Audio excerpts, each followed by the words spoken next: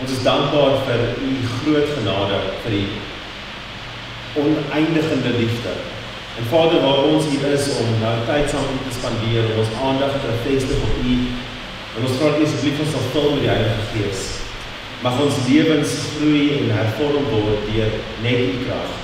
So Vader God, ons is gewillig, en ons bid nou so vir die leiding, en ons bid ook so vir wysheid en insig om te verstaan wat u woord vir ons verleer vandag. Dis ons gebed in Jesus naam alleen. Amen. Goeiemôre en 'n geseënde Sabbat. Ek wil julle nooi om julle Bybels te blaai saam met my na Spreuke hoofstuk 1 vers 1 tot vers 4. Spreuke 1 vers 1 tot 4. For the English people, Proverbs chapter 1 verse 1 to 4.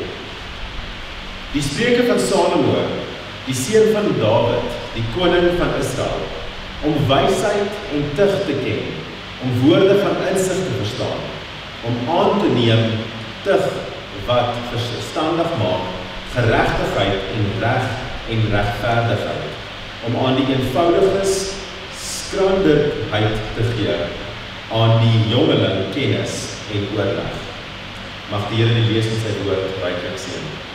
Die stoking deur saam te sing van die nommer 317.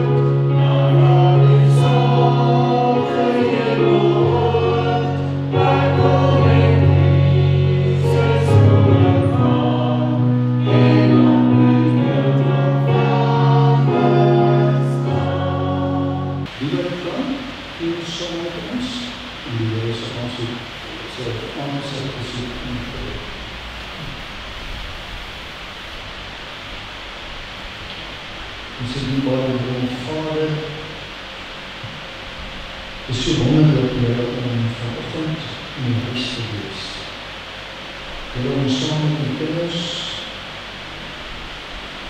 te wees en ons sê dankie Here vir die hand van beskerming wat U elke dag oor ons het. Here, as U die hand onttrek van die wêreld, dan loop die wêreld op ons ons sê dankie Here vir onliefde en trousorg. Here, die versoek wat gehoor. Ons dink aan Isabel se vriendin. Ons vra Here dat U daar sal die hand van genesing uitstrek, dat U haar sal aanraak. Here, en wees U ook met Here wat oor haar gaan en laat U wil in haar lewens te sien. En ons is ook baie dankbaar vir die doorgaat wat ons stel is en die wyse waar U daar vir ons voorsien het. En dankie Here dat U ook ons in die vermoë gestel het om dit wel te kan doen. Waar ons ook ons offergawe en U tiende na U terugbring, kan ons ook die seën daaroor. Ons wil vra Here dat U dit sal gebruik, soos dat U weet waar die nodig is. Ons dankie Here dat U vanmôre deur aan U is om vir ons die dood van die Here te doen. Ons weet Here dat U 'n spesiale boodskap vir ons gee om na ons te bring en ons wil 'n dubbele maak van U seën om te dit kan doen. Seën ons nou so, vergeef ons Here waar ons kort kom, waar ons dinge dink en dinge sê dat U trek ons nader aan U sy, ons vra om dit in Jesus naam. Weerens, goeiemôre en geseënde Sabbat. Dis lekker om julle te wees en is lekker warm, maar ek glo ons harte is warmer met die liefde van Christus. Ek het 'n nuwe passie en 'n liefde ontwikkel vir die boek Spreuke. En Spreuke is een van die boeke wat eintlik baie uniek is in die Bybel. En ek wil graag 'n bietjie met julle deel, net 'n inleiding, 'n tydmaker vir julle om weer 'n bietjie in die boek Spreuke in te begin indelf, om bietjie te gaan krap en bietjie te gaan soek.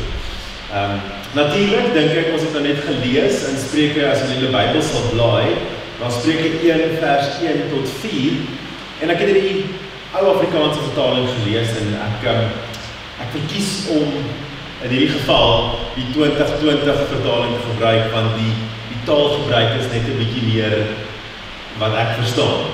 So ek kan gou oorlees in die 2020 vertaling as julle my die geleentheid sal bied.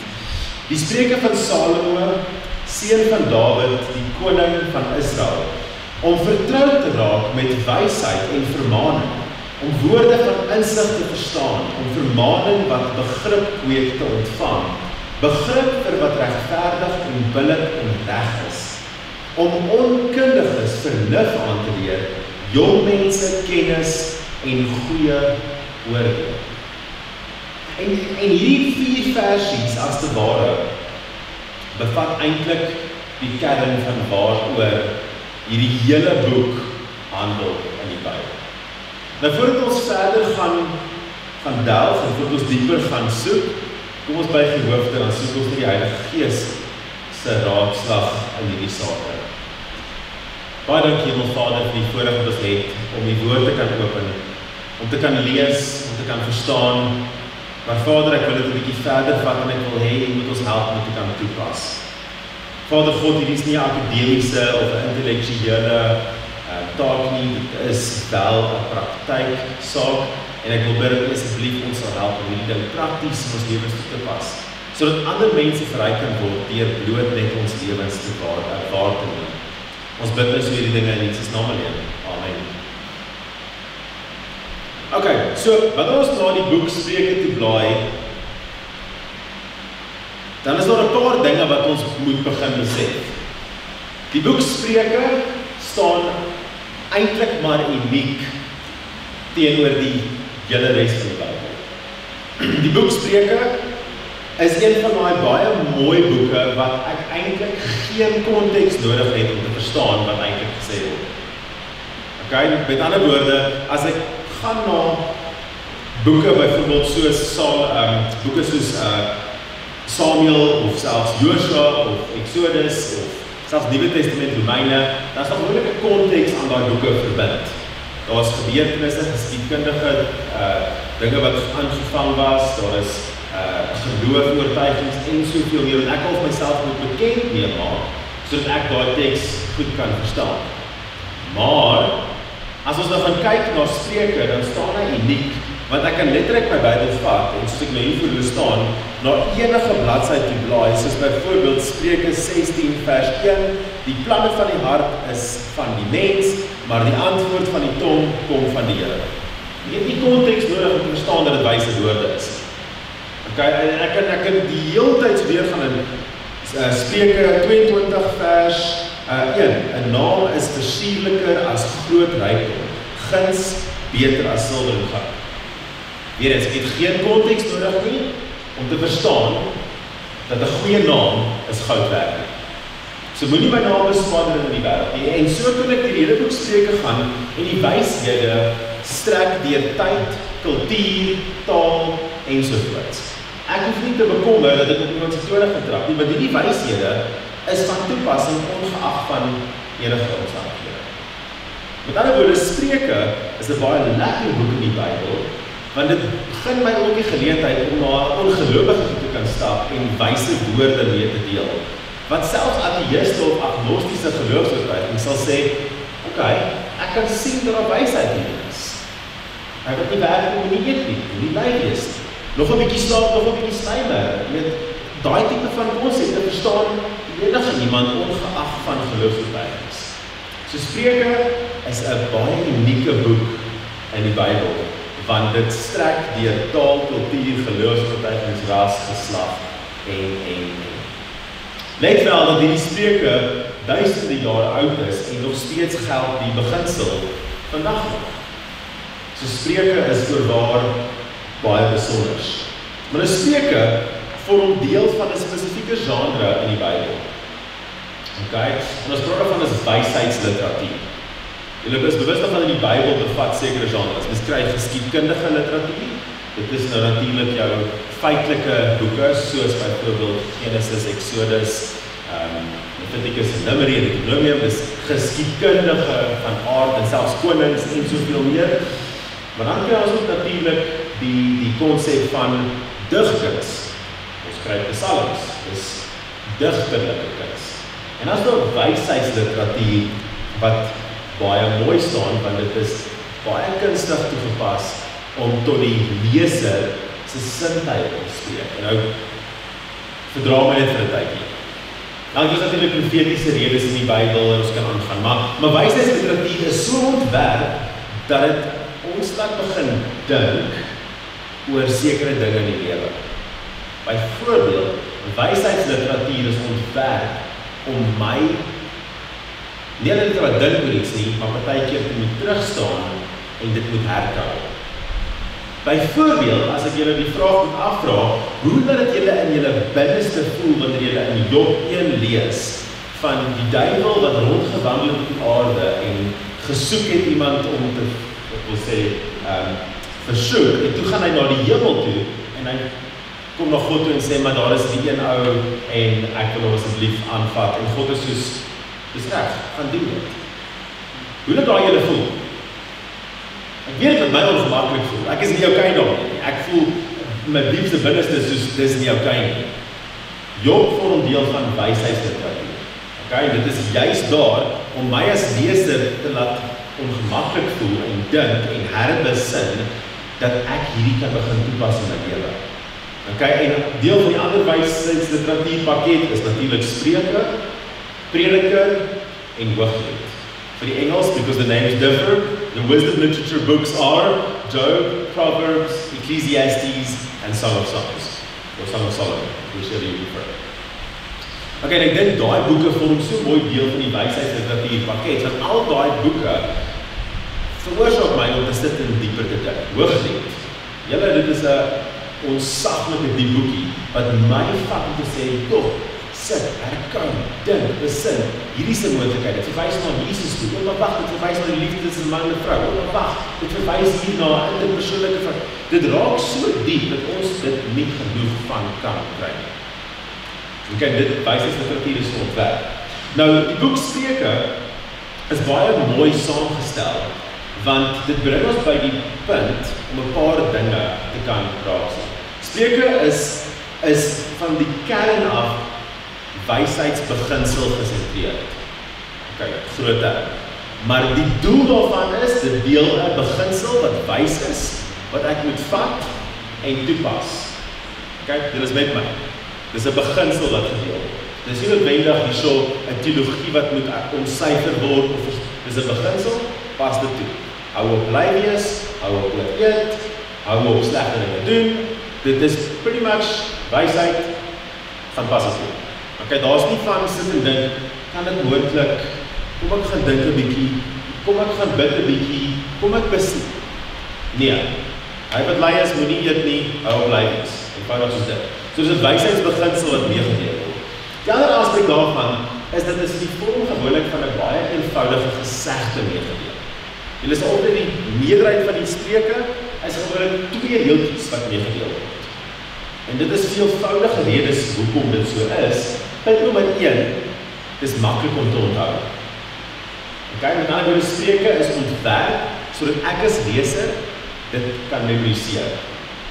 Sodat ek weet, okay, great, ek moet waak teen hierdie, of ek moet hierdie begin meer toepas. Okay, ek het 'n kamermaat gehad toe ek geswat het, ook teologie geswat, en hy was baie liefdig oor 'n eksamentyd om spreuke aan te haal, te sê, nog 'n bietjie slaap, nog 'n bietjie sluimer. En dan sal hy sy lekker snoes, en dan sal hy onderuit verder van lê. Dan sê ek soos, hoor hierso, jy is besig om hierdie Bybelversie van aan te haal, jy moet opstaan en dit gaan swat. Maar dis die beginsel daagter, is dit wat in sy kop vasgesteek, en ek kan aanhaal. En baie keer is daar gesegdes wat ons aanhaal, ons nie eens weet Bybels van oorsprong is nie, want dis 'n gesegde wat selfs sekulêre wêreld aangeneem het. Okay, dis hoe die spreuke ontwerp is. Maar nou gaan dit 'n bietjie verder, want die ander rede hoekom dit 'n gesegde vat, is dit is eenvoudig.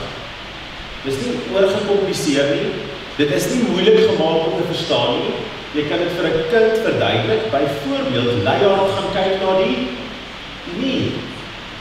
Okay, ek het nou as kind, ek ure op my maag gelê en gekyk in die mure en dinge doen. Dis presies so eenvoudig soos vir 'n kind van toepas. Okay, en dan 'n ander deel van die spreuke is, dit is nie noodwendig in 'n wetlike vorm meegedeel. Nou, as wat ek daarmee bedoel is, dis nie om te sê, as jy A gaan doen, gaan B geskied nie. Julle is by my.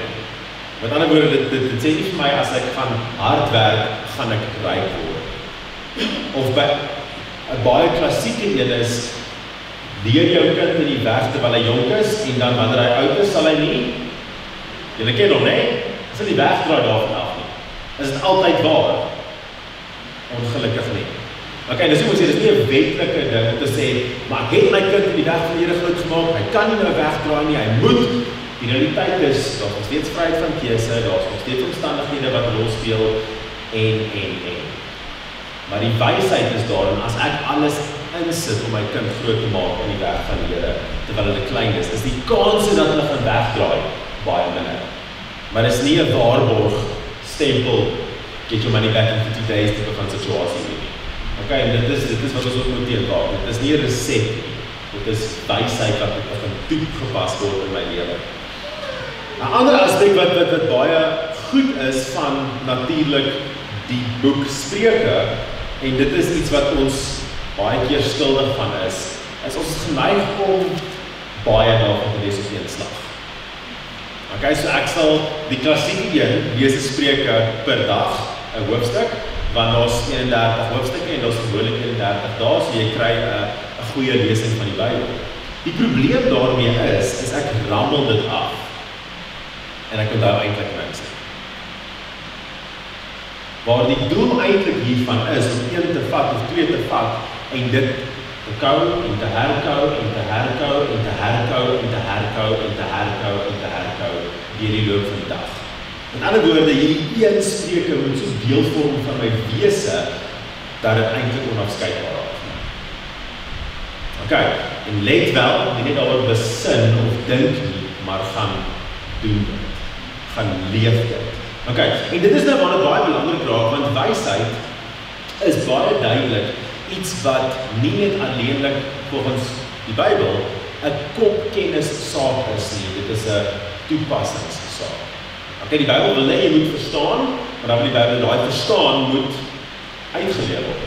As dit nie uitgeleef word nie, is dit nie noodwendig volgens die Bybel en volgens Salomo is dit eintlik nie dan wysheid nie. Okay, ons nou daarby kom. Ek wil graag julle aandag trek na versie toe, Spreuke 12 vers 5. As julle gou soek, sal blaai. Proverbs 12 verse 5.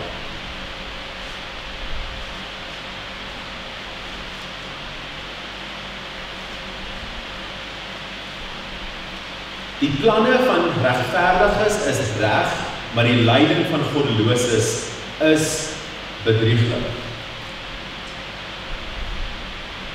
Okay, dit gaan verder. Die ou vertaling sê baie mooi, die gedagtes van die regverdiges is wat reg is. Okay, interessant, ons kom nou by die lesse se aspek uit. Wat is dan regverdig? Wat beteken om regverdig te wees? Hoe begin ek hierdie laat sin maak in my gedagtes om te verstaan wat eintlik moet gebeur? Nou is baie mooi, want hierdie is eintlik 'n kern van waar die Spreuke gaan. Die Spreuke gaan daaroor dat Edrich begin doen wat hy sê en dink en doen wat regverdig is. So die hele doel van Spreuke is sodat Edrich kan begin regverdig leef in die teenwoordige wêreld. Nie soos die goddelose. Maar nou moet ons verder gaan, ons moet dan die vraag begin afvra, wat is wysheid dan eintlik? Want dit is geen ding om te sê, Edrich moet wys leef in die wêreld, maar dit is 'n heeltemal 'n ander ding om te sê, wat is wysheid? Want ek kan 'n definisie hê, julle kan 'n definisie hê, iemand anders kan 'n definisie hê, en ons kan begin argumenteer door te sê, dis 'n boekkennis, dis grade agter jou naam, dit is om die Bybel van voor tot agter te gelees het, dit is om 'n hoë IQ te hê. Wie bepaal dan wat wysheid is? Kyk, die Bybel se definisie van wysheid, en dit is vir baie mooi, want die Hebreëus weer eens dui daarop aan dat die term wysheid is eintlik meer as net 'n kennis, dis 'n vaardigheid wat aangeleer word om goeie besluite te neem. Okay, ek wil dit baie duidelik stel. Dis 'n vaardigheid wat aangeleer word om goeie besluite te neem. Wisdom, according to the biblical narrative, is essentially a skill that is learned to adjust behavior according to the will of God. Okay, it's not a knowledge of what the will of God is. It's a skill to go and do what the will of God is. Okay, en ek dink dis wat die verskil inkom. Want hierdie vereis nie net alleenlik 'n kennis van wat God se wil is nie, maar 'n toepassing van daai kennis. Okay, nou kom dit 'n bietjie verder en die ligsinnige grappie is al gemaak daaroor, wat is die verskil, of nee, hoe weet ons wat die verskil tussen wysheid en kennis? 'n slim persoon met kennis sal vir julle sê, 'n tamatie is 'n vrug. Nee, korrek. 'n wyse persoon sal vir jou sê, dit beteken nie jy moet 'n tamatie en 'n vrug te slice nie. Okay, met ander woorde, wysheid het die kernbegrip van onderskeiding, wat kennis nie noodwendig het.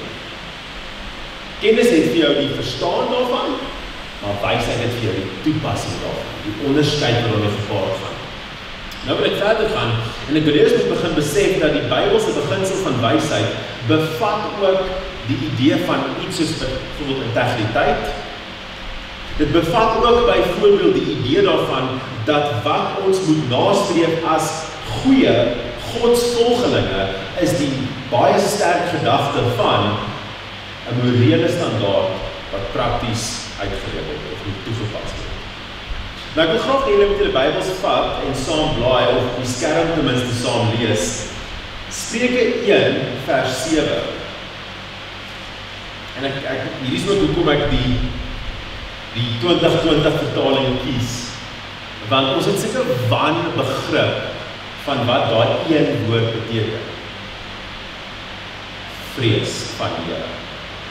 Wat is die vrees van die Here? En die 2020 vertaling as volg: ontzag vir die Here. 'n diepe eerbied, 'n respek vir die Here, is die begin van kennis. Nee? En dan gaan dit verder, sotte verag wysheid en tug. Okay. Volgens die Bybelse definisie, wat is wysheid? Die vrees van die Here, ontzag, respek vir die Here. En dis 'n eenvoudige definisie, maar nou moet ek myself die vraag begin afvra, okay, Hendrik, as dit die vrees van die Here is, of ontzag vir die Here is, wat die begin van wysheid is, wat is dan die vrees van die Here? What is the fear of the Lord? Respek. Maar het moet verder, het moet dieper gaan, want wat het eintlik dan op neerkom is wat is die praktiese, en dis nou waar wysheidsliteratuur baie mooi begin inkom, van die vraag begin my gedagtes begin afgevra word, wat beteken dit dan wanneer Hendrik sê ek respekteer die Here? Wat is die praktiese implikasie daarvan? Nou wil ek julle vra, vat julle Bybels en blaai na Spreuke hoofstuk 3 toe. Spreuke 3 en ek gaan vers 7 lees. Spreuke 3 vers 7.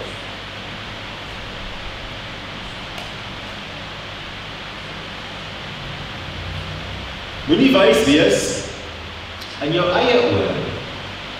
Jy moet ontzag hê vir die Here. Bly weg van die kwaad. Okay, ek gaan hom weer lees. Moenie wys wees in jou eie oë nie. Jy moet ontzag hê vir die Here. Bly weg van kwaad. Nou het ons klaar 2 kardinale belangrike aspekte van wat dit beteken om die vrees van die Here in my lewe te hê. Punt nommer 1, ek is nie wys in my eie oë. Okay, ek is nie eie wys nie. Ek is nederig genoeg om te weet dat ek nie daai wysheid self kan verkry nie. Dis die beginpunt van wysheid, né? En dan gaan dit verder om te sê wysheid is ook, of die vrees van die Here is dan ook die tweede aspek wat baie belangrik is, bly weg van kwaad af. Of wyk weg van die kwaad af. Moenie kwaad doen nie. So die vrees van die Here, respek vir God, bring my tot die punt wat ek gaan begin wegbeweeg van dit wat kwaad is. Nou, onthou wat ek gesê het in Spreuke 12 vers 5, dat Spreuke se doel is om my te leer hoe om regverdig in die wêreld, teenwoordige wêreld te leef. Met ander woorde, om regverdig te leef is om weg te bly van die kwaad af. Maar vir my weg te bly van die kwaad af, moet ek wat wees? Vrees van die Here kan toepas in my lewe. Ek weet nie of dit sin maak nie, hier is 'n baie mooi sirkulêre argument. Hy vloei mekaar. Vrees van die Here is die begin van die wysheid. Hoe gaan hy verder dan? Begin met die vrees van die Here. Vrees van die Here is weg te bly van kwaad af. Wat beteken weg te bly van kwaad af? Streef na geregtigheid. Julle is met my. Geregtigheid bring ons in die vrees van die Here en so gaan dit hier op. Spreuke 8 vers 13. Ons kan hom dalk meer direk vat. Spreuke 8 vers 13. Skies ek hulle vingers 'n bietjie laat loskom hier in die Bybel. Spreuke 8 vers 13 sê om meer pertinent. Ontzag vir die Here is om wat te doen? Om te haat wat sleg is. En nou gaan dit verder en dit sê baie mooi en ek wil hom graag hier lees. Verwaandheid, hoogmoed, 'n verkeerde pad en 'n verdorwe mond haat ek. Net miskien agtergrond, Spreuke 8 gaan oor wat? Die dame wysheid wat basies praat. So wanneer dit sê ek haat hierdie goed, is dit eintlik wysheid wat praat en sê ek haat hierdie dinge. Met ander woorde, dit wat wysheid voor lief is die teenoorgestelde. Om goed mee te bring, om 'n goeie pad te bring, om 'n gedigtigde mond te kan toepas, om daai selfbeheersing uit te leef. Die vrees van die Here is niks anders as om te doen wat reg en gereg is, en geregtigheid lewe. Julle is met my, dit maak sin, tot dusver. Okay, en nou wil ek verder gaan, en miskien net die ander kant van die spektrum meedeel. Die gevolg is dan, dat dwaasheid of slegheid is dan iemand wat basies wys in hulle eie oë, iemand wat hardkoppig is, iemand wat streef om op eie manier wysheid te verkry, om slim te wees in my eie oë. Dis wat ons net gelees het, dit is wat beteken daarstel is. Nou ek wil vir julle vat na 'n voorbeeld toe, waar ons hierdie baie duidelik sien. As julle die Bybel sal neem en saam sal blaai, na die begin toe. Genesis hoofstuk 3. Dan wil ek gou hê julle moet net oplet tot die gebeurtenis hierso. Genesis hoofstuk 3 vers 6. Pragtige skepingstoneel, dinge was goed, baie goed. En hier sit ons met 'n bietjie van 'n omwenteling wat plaasvind. Nou luister mooi wat hier plaasvind. Toe sien die vrou dat die boom dat die boom goed was om van te eet en dat hy 'n lus was vir die oë. Ja, 'n boom wat 'n mens kan begeer om wat te kry? Verstand te kry.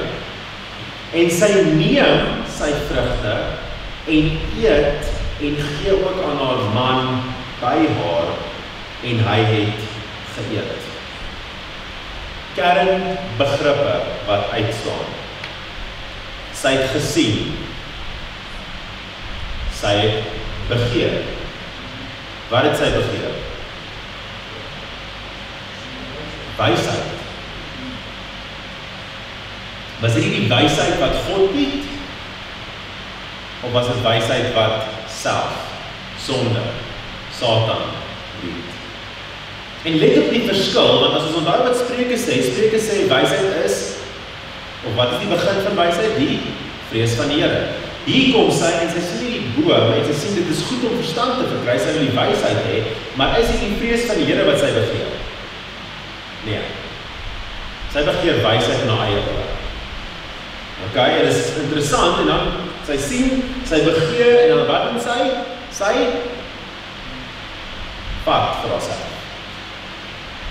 Okay, nou onthou daai, sien, begeer, vat. Nou wil ek gou hê, ons moet 'n bietjie verder gaan, en julle Bybels gou vat, en dan na Spreuke hoofstuk 3 toe blaai, en ek wil hê ons moet mooi luister na die taalgebruik hierso. Dis hoekom ek kan met lof sê, hierdie is wysheidsliteratuur. Spreuke hoofstuk 3 vers 14. Of kom ons begin by vers 13. Spreuke 3 vers 13. As ek julle nie te veel gaan rondhof daar met die rekenaar, ekskuus. Hoe gelukkig is 'n mens wat wysheid vind en 'n mens wat verstandigheid verkry. Vers 14. Ja, die wins wat wysheid lewer is meer as die van silwer. Dis meer as die van goud is haar opbrengs. En dan vers 15. Sy is kosbaarder as koraal. Niks wat jy begeer kan met haar vergelyk word nie. Hoe word wysheid beskryf hierso? Dit word beskryf as 'n vrou. Julle sien dit, né? Wysheid word as 'n vrou beskryf hierso. En net gou vir die wat dink, miskien vrouens is wyser as mans, dis nie die bedoeling nie. Okay? So moenie probeer teologie maak werk nie. Okay, ek sê nie mans is slimmer as vrouens nie, ek sê nie vrouens is slimmer as mans nie, maar dis nie wat die teks sê. Wat die teks eintlik hierop neerkom, is baie interessant, want dit herroep in my gedagtes, maar ek het voorheen gelees van 'n vrou wat wys is in die Bybel. Genesis 3, was daar 'n vrou wat wys is in haar eie oë. Okay? Ek het voorheen gelees van 'n vrou. Nou begin my brein die connect the dots speel. Okay? So nou begin ek hierso aangaan. Maar nou let op, as ons Bybels vat en ons of kyk ek bietjie na vers 18 hierso, en let op hoe die beskrywing is van wysheid in hierdie taalgebruik. Spreuke 3 vers 18.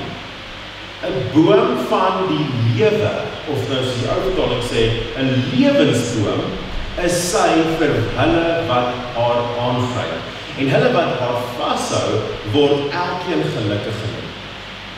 Wysheid word beskryf as 'n vrou. Maar nou word hier weer van 'n boom gepraat, né?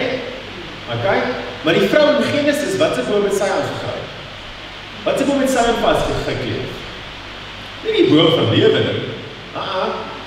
Sy het die boom van wysheid van kennis is goed en kwaad gevat.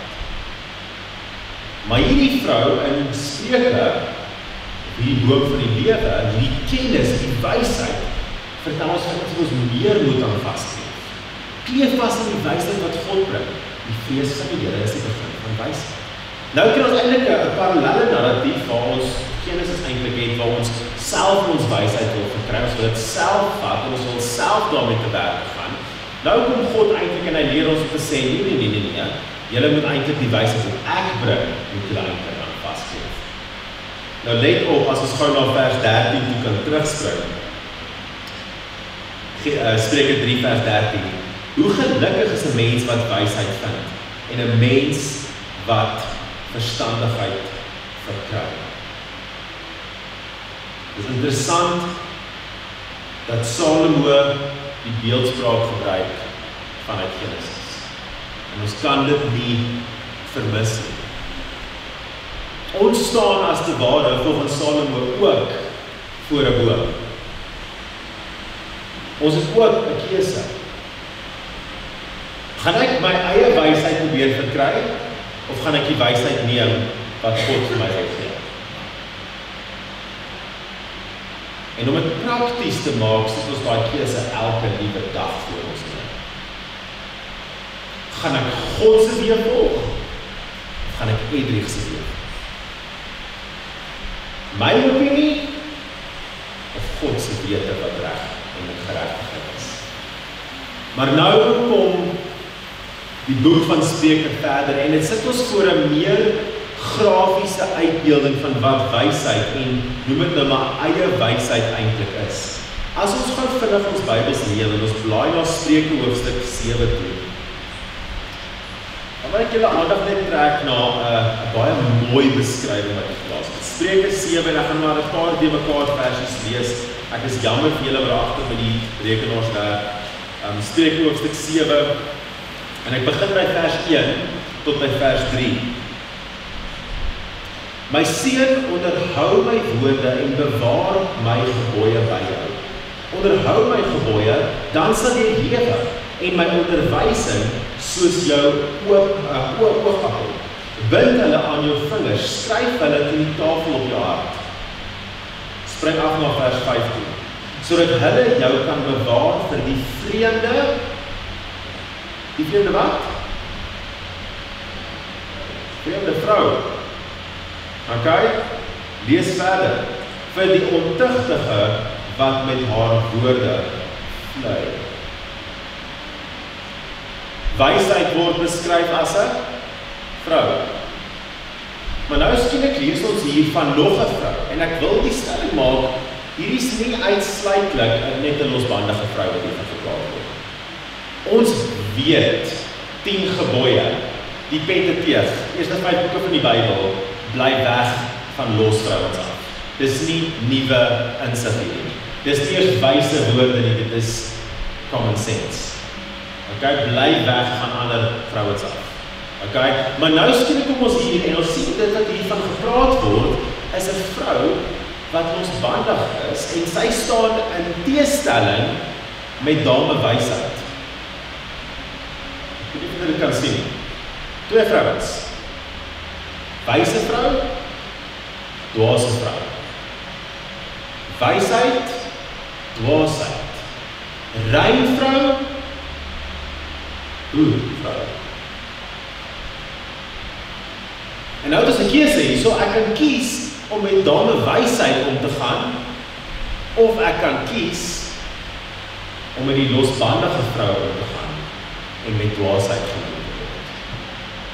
Die grafiese beeldspraak wat hier gebruik word, begin my laat sidder, want nou skielik begin ek besef, as 'n kind van God, ek kies partykeer om met die losbandige vrou te gaan.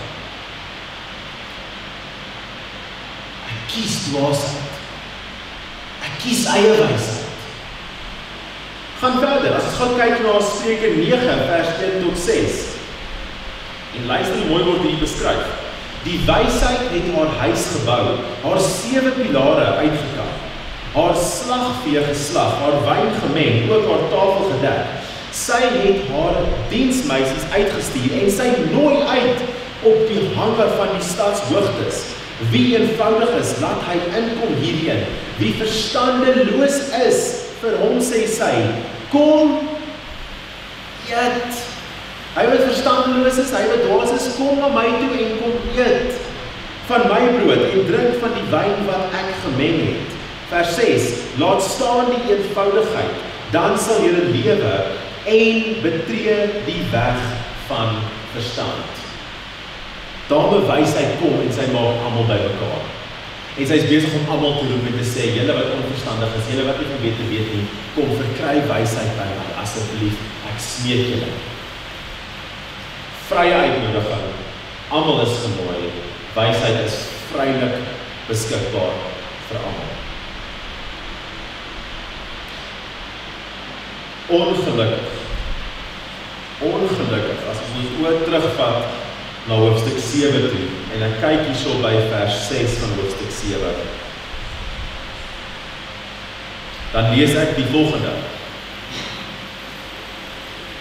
Ek het deur die venster van my huis, deur my tralievenster uitgekyk, vers 7, en ek het onder die eenvoudiges gesien, onder die jong mense, 'n verstandlose jong man, het ek opgemerk.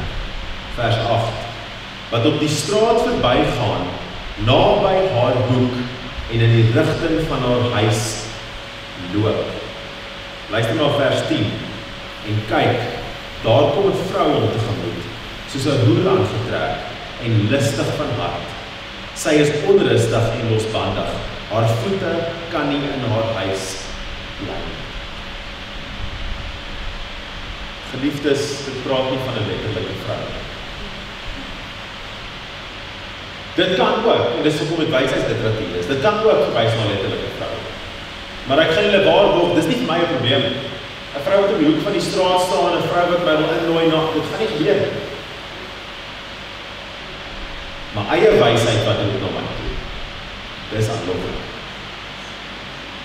Daai wysheid in my eie oor, dit wil ek hê. Hedrich weet van beter, hou daarvan. En nou skielik begin ek agterkom, die Bybel beskryf dit redelik grafies, dat Hedrich eintlik besig is met losbandigheid. Ek wat my eie wysheid wil nastreef, is soos ek wat 'n hoer gaan nastreef. Dis die vergelyking wat uitgebeeld word, so julle. Ek staan nie alleenlik voor 'n boom van lewe, of 'n boom van kennis en van goed en kwaad. Ek staan nou voor 'n rein, wyse dame, of 'n boer, wat my wil wegtrek van wat goed, en rein, en regverdig is. Nou vra ek die vraag af, wat kies ons vandag? Wat kies julle vandag? En op die einde van die dag is die keuse baie duidelik, dat ons nou voor 'n besluit moet staan en sê, ek kies om te doen wat reg is. Maar nou wat is die implikasie daarvan? En ek wil nou beweeg in rigting van afsluiting, en ek wil julle aandag trek na Spreuke 3 toe. Spreuke 3 vers 27. En ek wil julle moet mooi luister, hoe die wyse woorde bepaal wat ek eintlik nou moet doen. Spreuke 3 vers 27 sê die volgende: hou 'n weldaad nie terug van hom aan wie dit toekom, as dit in jou mag is om te doen. En ek wil graag van die 2020 vertaling lees, net vir eenvoudig doeleindes. Moenie iets goeds weerhou van wie dit verdien, terwyl dit in jou mag is om op te gee.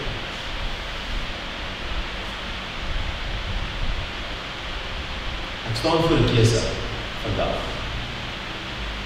Ek kan doen wat reg is in God se oë, deur om wysheid toe te las, deur om geregtigheid te bevorder, of ek kan kies om dit teen te staan, ongeregtigheid te kies, dwaasheid te kies, wysheid in my eie oë te kies. Maar die gevolge daarvan beskryf Spreuke baie duidelik. Dit lei tot die dood. Ek wil julle aanmoedig dat in hierdie jaar wat vir ons voorlê 2025, dat julle wysheid sal soek. by die boom van lewe. Dat julle wysheid sal soek by die voete van die Here. Dat julle wysheid sal soek by God. En dat julle die ontsag wat ons vir hom het, sal uitleef deur reg en geregtigheid te laat geskied in julle lewe. Moenie van die boom eet wat dood bring. Moenie die vrou volg wat sy lippe druk met heuning, wat ons wil weglei en verdraai van dit wat vir God goed is. Kies die Here, volg God en dien hom met ontzag. Ek gaan vra dat ons saam staan en ter afsluiting wil ek julle nooi om saam te sing van lied 150. Lied 150 en ek wil graag net hê as dit moontlik is dat julle die vers daar is klaar. Maar ek wil hê julle moet nie hierdie sing nie, ek wil hê julle moet hom asseblief.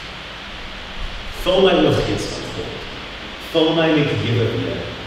Dat ek mag lief hê wat U lief het en doen wat U begin. Hierdie is nie 'n lied nie, hierdie is 'n gebed. Kom ons sing hom bidend saam ter afsluiting van die diens.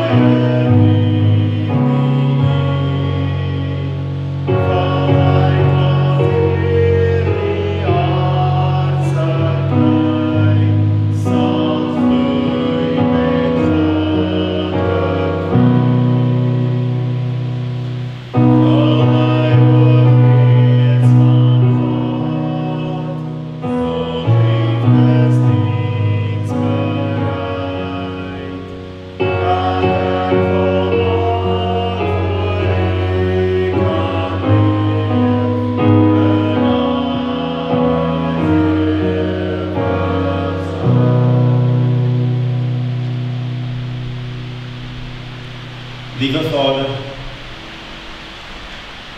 vul ons met die Gees, sodat ons sal kies wat wys en goed en geregtig en lewe bevorder. Vader, ons kan nie meer bekostig om wys in ons eie oë te wees. Hierdie wêreld is donker, vol haat en selfsug. Mag ons die alternatief kan bied. Ons is gewillig, Vader, gebruik ons. En dan bid ons dat ons die liefde van die Vader, die genade van Jesus Christus en die samehorigheid van die Heilige Gees sal voortleef totdat Jesus kom. Amen.